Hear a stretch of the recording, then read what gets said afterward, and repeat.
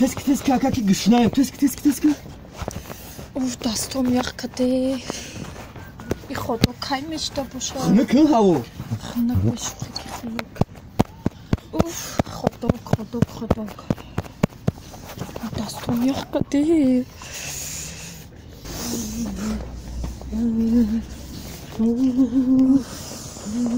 میبخشین اکا او چرا تیمان بودوا